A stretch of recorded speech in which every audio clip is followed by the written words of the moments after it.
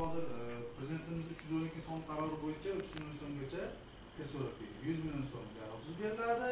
2 yilgacha qolgan 200 million so'mni garov bilan beriladi. 100 million so'm shunday garovsiz beriladi. Hech qanaqangi boshqa hujjat kerak emas.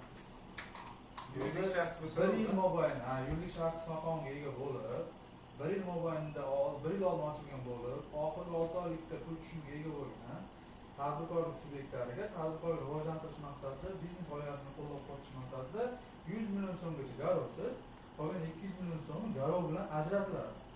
Ana endi 72 oygacha 36 oygacha imtiyozlar bilan beriladi. Aylanma mablag'lardagi 24 oygacha beriladi. 6 oygacha imtiyozlar bilan beriladi. Endi asosiy sotib bo'lsa 72 oyga 36 oy imtiyozlar bilan beriladi. Tushunarli bo'ldi? Ana shu hozirgi kunda shu kirkimiz bor. Bu pul ko'chirish yo'li bilan beriladi. Yana bitta kirkimiz bor. Bu moliyaviy ko'mak 100 degan o'zimiz bank mahsuloti bo'lgan kirkimiz bor. 36 oyga 6 oy imtiyozlari bilan jismoniy shaxslar uchun 100 million so'mgacha garov evaziga yuridik yoki tadbirkorsiz korxona firma xo'jaliklariga 300 million so'mgacha garov talab asosida beriladi. Ya'ni siz taqdim qilayotgan garov mulkini 80% gacha kiritaveramiz. Hech qanaqangi bir qo'shimcha mustaqil baholovchini baholash hisoboti, siz qilayotgan ishni biznes rejasi, bunaqa narsalar kerak emas. Bugungi kunda hamma hisoblashalar ekan.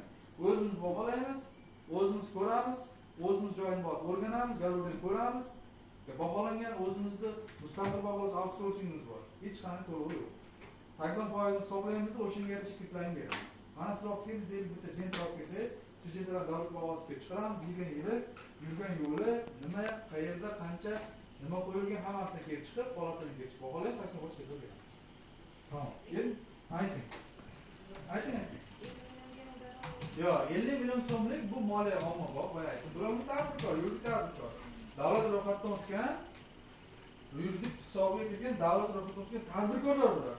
Siz jismoniy tadbirkorsiz. Ya'ni qanday? Oilangizda, uyingizda qanaqadir tadbirkorlik faoliyatida shug'ullanmoqchisiz?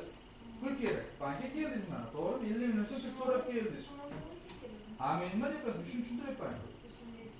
Sizga naqd pulda kassadan beramiz. Ayol tadbirkor 24% olasiz. Mana shu gap siz uchun. 24%. Ha, 36 oyga 6 oy imtiyozini olasiz. Ana endi faqat kafillik asosida. Ha, kafil rasmiy daromadga ega bo'lish shart emas.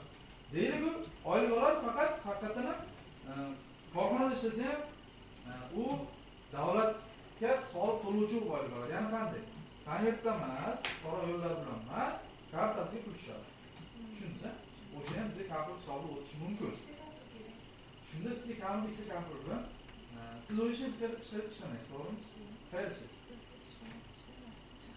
Do'stlik qanaqa ishxona? Kanal. Ha, kanalda suv xo'jaligi kanali, do'stlik suv xo'jaligi kanalida ishlaysiz, to'g'rimi? Shu yerda ikkita hamkasbingizdan olib kelsangiz, kafil bo'lib turib, men ham ketmayman, ulardan qilsak, senga ham kafil bo'laman deb, ularga ham chek beramiz, sizga ham chek beramiz, ular kafil qilamiz. Kelish, tushundingizmi? Tushundingizmi?